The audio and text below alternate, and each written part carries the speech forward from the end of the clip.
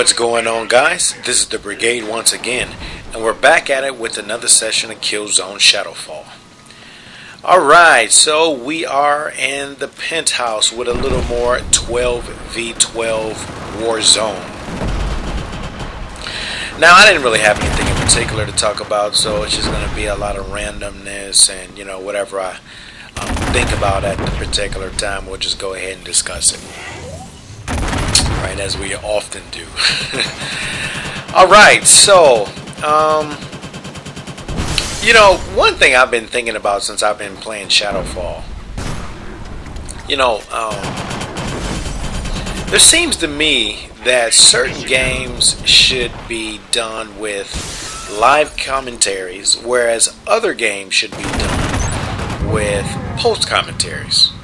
Now, for all of you guys who've been subscribers for a long time, you would know that I do a lot of post commentary. And the reason why I did a lot of post commentary with Dark Souls is because Dark Souls was a little different, right? A lot of the things that I talked about with regards to Dark Souls were like, tactics, tips, advice, and even though it was also a lot of randomness, it was a lot of randomness that I would think about after the fact. But with first-person shooters, right, and I'll just say in particular with Killzone Shadow Fall, I find a lot of opportunities for me to do live commentary. Now, I don't really know if I'm actually going to start doing live commentary. I just kind of said all that to say that I am strongly considering doing some live commentary. Now, the downside to doing live commentary is that, a lot of you guys get my post commentary personality. Right? So yeah, I might add a little sarcasm, but you guys don't really hear, what I'm saying, how I may express myself as real-time events are going on. And seeing that, and a lot of times in my experiences, I'm thinking things that I may not necessarily remember during the time that I'm doing post commentary, I am really considering, at least for Killzone Shadow Fall videos, doing some live commentaries. So I don't know, I'll just think it up, it's kind of up in the air, whereas my post commentaries, like I said before, you probably wouldn't hear anything vulgar from me because the emotion is removed. I'm doing things after the fact, and you don't necessarily hear as much frustration as you might hear during live action. Right, and seeing that with me having the channel for so long and not really let's just say exposing my real-time personality, I might just keep it that way. So I don't know, I might go ahead and surprise you guys with a little live commentary sometime in the near future with some of the Killzone Shadow Fall videos. Alright, so that aside, another thing that I kind of wanted to talk about is spawn trapping.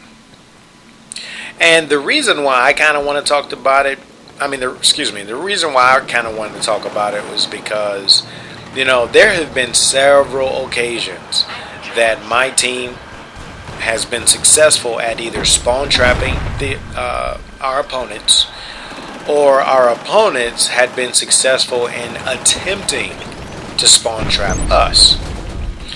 Now, 9 times out of 10, and I know this is going to come across as being arrogant, but I'm not trying to be. It just is what it is.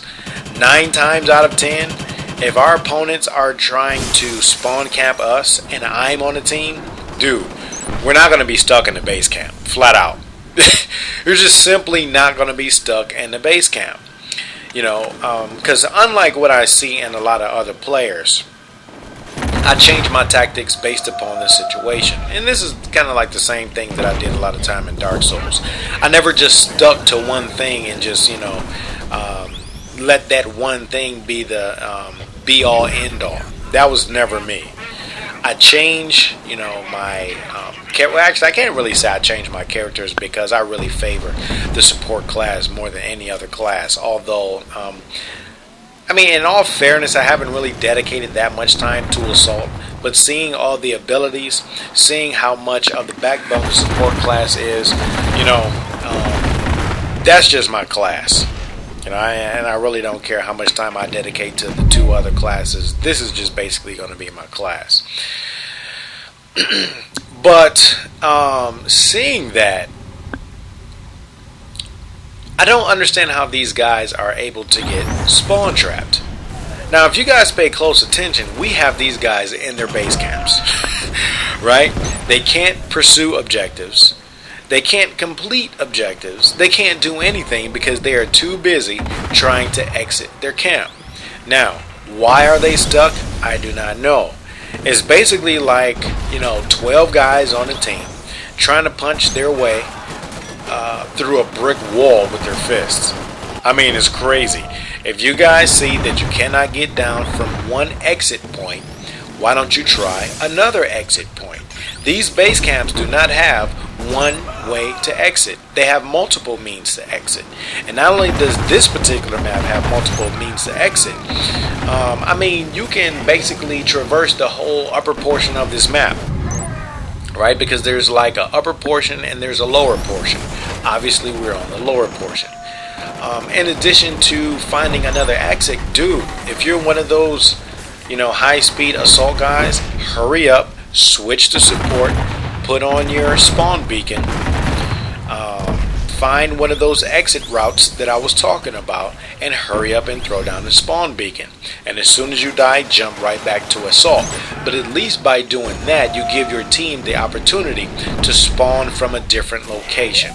And hopefully, if you're thinking very well and tactically, like we've been discussing with regard to the spawn beacons, you guys will place the spawn beacons in a location wherein you will be able to flank, hopefully from the rear, your opponents who are trying to keep your guys trapped in the base camp.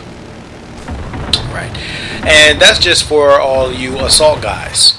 Obviously, if you guys like to play support, you guys can go ahead and take the same advice. Either you can find a different exit. You don't have to come through the main exit. And actually, I don't even know if there's a main exit, because in other words, if there are more than one, is not necessarily a main. Although most people, I'm inclined to believe, are more likely to take the most obvious route, which would be this staircase, at least in this map.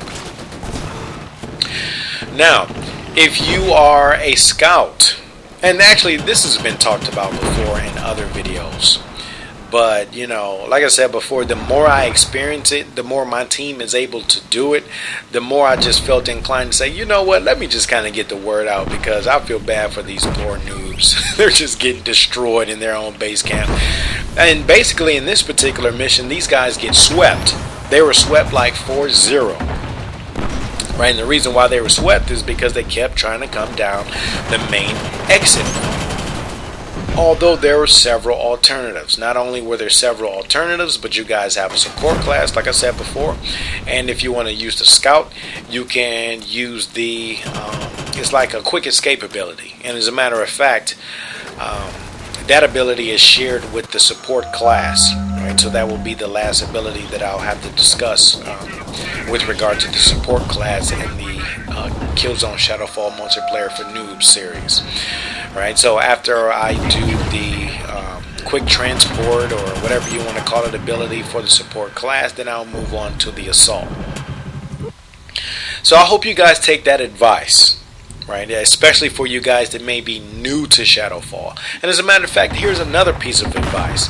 If you guys are new, not only to Shadow Fall specifically, but to Killzone in particular, if you guys are new to the franchise, don't be afraid to utilize the offline bot zone, right? And I think the offline bot zone is awesome for a lot of you guys who want to get a lot of target practice, but you don't necessarily want to have your kill-death ratios or your win-loss ratios affected. So you get a better understanding of the maps. You get to practice on your aiming. Right, because actually that's one thing I definitely need to do. I definitely need to practice on my aiming when it comes to these assault rifles. So I think the bot zone is a great environment for you to practice that. So, let's just say you're in the bot zone. You can practice maneuvering out of certain base camps. right? You can test all the areas. You can test certain elevations. You can test, proper placement for, let's just say spawn beacons, or, let's just say ground support turrets. You can test all those things out during offline mode. So if you guys are new to Killzone, specifically Shadow Fall, don't be afraid to, maybe take about 20 minutes or so to practice in the offline bot zone. It's a good tool, especially for beginners, right? So if you guys get a little practice with the bot zone, because I've heard some guys say, well, actually shout out to Rikio. Right, I did a couple videos with Rikio on Dark Souls, and now he's on the Shadow Fall, and every now and then he'll send me a message. He's like, hey dude, let's party up and let's play on the same map. Right, or either I'll offer him that message. And a lot of times he's in the single player campaign. I'm like, dude, what are you doing in the single player campaign? And he's like, well, I'm just practicing up for the multiplayer. And I've always meant to tell him, dude, just go ahead and get in the offline bot zone. Set up as many bots as you like and go ahead, set it to whatever difficulty you like, and you can practice with the maps. You can practice with, like I said before, with the entrance and exit routes, and everything else if you are a beginner.